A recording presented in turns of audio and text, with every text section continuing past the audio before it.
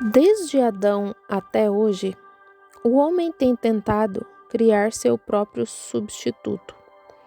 O homem tem tentado fazer isso constantemente, desde as folhas de figueira até a educação. Ele tentou fazer para si mesmo um substituto.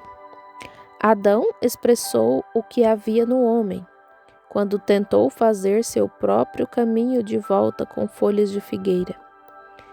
Desde então, eles construíram torres, construíram cidades, construíram ídolos, construíram civilizações, construíram denominações, construíram regimes científicos e todas essas coisas. Mas ainda assim permanece a mesma coisa. Somente o sangue será aceito por Deus. Deus só aceita um homem por meio do sangue derramado. O único lugar de companheirismo, a única maneira de atravessar esse abismo, não é através de organizações religiosas, nem através de ídolos, nem através de torres, nem através de lugares santos, nem através de cidades, nem através de qualquer outra coisa, mas pelo sangue derramado. E esse é o único caminho de regresso. A pregação da cruz, embora seja desprezada como é o caminho provido por Deus para que os pecadores venham e tenham companheirismo com Deus ou uns com os outros. Correto. Ao longo dos anos, os justos têm vivido de acordo com essa decisão de Deus. O justo nunca discute nada. O justo está pronto para aceitar a decisão de Deus. Ele não quer fazer nada para si mesmo. Ele só está interessado em Deus e deseja obedecer à decisão de Deus.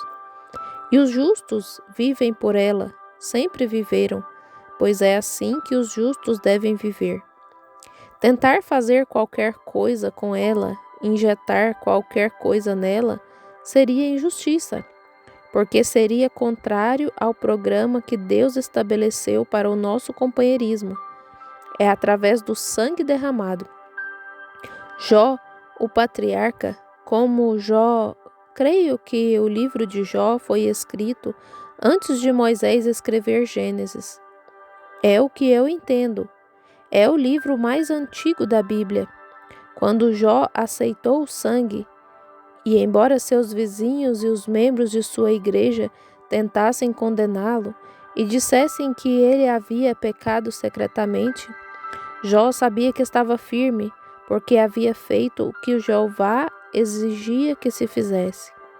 Ele sabia que havia oferecido seu sacrifício com a sinceridade de seu coração. Abraão também adorou sobre o sangue. O único lugar de encontro de Israel com Deus era sob o sangue derramado. Em nenhum outro lugar isso poderia ser feito. Oração era oferecida, ação de graças era dada, ou qualquer outra coisa, era sob o sangue derramado de um animal. Esse era o único lugar em que a redenção poderia acontecer, ou em que poderia haver companheirismo com Deus. Era através do sangue derramado. Lembro-me de pregar sobre isso uma noite na casa de Oral Roberts. E um rabino judeu, eu preguei sobre as 7 listras da novilha vermelha e isso o surpreendeu. Ele veio falando sobre isso. Observe. Quando o pecador chegava ao tabernáculo, aquelas 7 listras de sangue significavam que ele deveria saber que algo havia morrido e ido adiante dele para preparar o caminho. E o homem que quiser ter companheirismo com Deus tem que reconhecer o sangue de Jesus Cristo, sabendo que ele morreu para fazer uma propiciação por seus pecados, para abrir um caminho para entrar no companheirismo com Deus novamente. Ele deve reconhecer isso, tem que reconhecer. Deus se encontra com o homem sob o sangue derramado e em nenhum outro lugar. Não importa o quanto tentemos fazer com que seja assim. Bem, eu pertenço a essa coisa e a essa outra coisa. Isso não funcionará. É somente sob o sangue derramado que Deus se encontra com o adorador. Deus cheio de misericórdia e graça. Quando o homem pecou, como eu disse, tomou um substituto, um animal. Vamos imaginar só por um minuto. Imaginemos um judeu realmente sincero no Antigo Testamento. Ele reconhece que está fora do companheirismo enquanto não houver sangue para ele. Assim, ele pega um bom animal selecionado de seu rebanho. Deve ser um animal perfeito. Não podia ser um animal doente, porque o sacerdote devia examiná-lo primeiro. E devia ser, na oferta pelo pecado, um cordeiro sem defeito. Devia ser guardado e testado como uma oferta pelo pecado, como Jesus foi testado em todas as coisas. Mas esse sacerdote, indo pela estrada, um judeu trazendo sua oferta pelo pecado, e a apresenta ao sacerdote com toda sinceridade.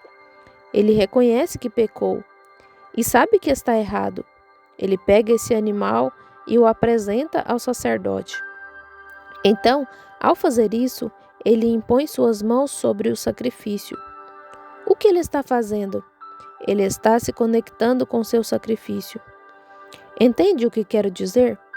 Então, o sangue é derramado e o homem, judeu, pode ir embora, se sentindo justificado, porque cumpriu os requisitos de Jeová. E a única maneira pela qual o cristão, hoje, pode ser corretamente perdoado de seus pecados é caminhar até o Calvário com seu sacrifício, conectar-se a ele e aceitar o sangue derramado. Não há um credo no mundo que possa fazê-lo. Não há sistema educacional no mundo capaz de fazê-lo. Não existe uma forma científica que possa fazê-lo. E isso só é possível por meio da aceitação do sangue derramado, seu substituto. Assim, ele vai embora. Feito isso, ele cumpriu a ordem de Jeová. Então, ele vai embora se sentindo justificado, porque atendeu ao requerimento de Jeová. Ele fez o que Jeová disse para fazer. Então ele sente que, pela fé, tomou Deus em sua palavra. E agora, ouça bem, ele tomou Deus em sua palavra, foi sincero ao fazer o que fez, ele o fez sinceramente pela palavra, sem importar com quem riu dele. Ele o fez de todas as formas, porque era a exigência de Deus. E agora, isso era maravilhoso. Ele sabia que estava justificado. Ele podia se sentir assim porque havia cumprido os requisitos de Jeová, que seria a palavra, cumprido os requisitos do que a palavra de Deus exigia que ele fizesse para a sua justificação. Finalmente, agora, isso era maravilhoso no começo, mas por fim tornou-se uma tradição familiar. Tenho certeza de que vocês sabem o que quero dizer. O judeu ia oferecer seu sacrifício só porque a família fazia isso, e era uma tradição.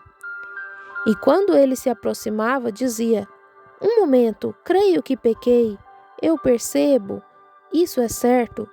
Bem, vou pegar um cordeiro, ir até lá e..." Veja, não houve tristeza, segundo Deus, por seu pecado. Foi só um ritual, apenas uma forma ritualística de levar seu animal para a oferta. Ele nunca obteve nada com isso, porque nunca colocou nada nisso. No entanto, ele estava obedecendo à comissão de Deus através de sua palavra, mas não se aproximava no significado real da palavra.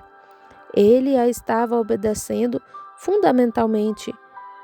Ele a obedecia, mas, sinceramente, ele não a obedecia. Era só um ritual, seguindo uma tradição. Posso parar aqui por um minuto? Vocês percebem o que estou enfatizando dia após dia e noite após noite? Não é que eu tenha algo contra metodistas, batistas, presbiterianos ou denominações. É porque vocês estão perdendo a sinceridade, aquela coisa que deveriam ter em sua adoração. E isso simplesmente se torna uma tradição familiar.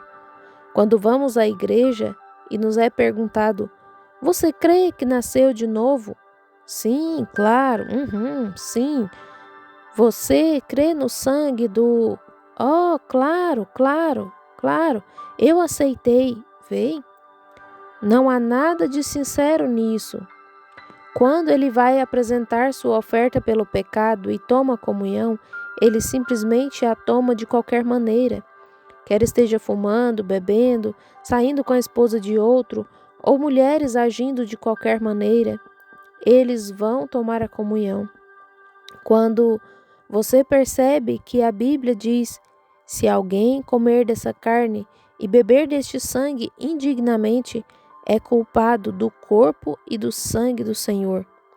Perdemos a sinceridade. Há algo errado conosco.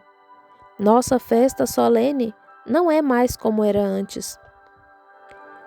Isso pode ser apropriado para este momento. Há outra coisa que quase não conseguimos ficar acordados durante um sermão.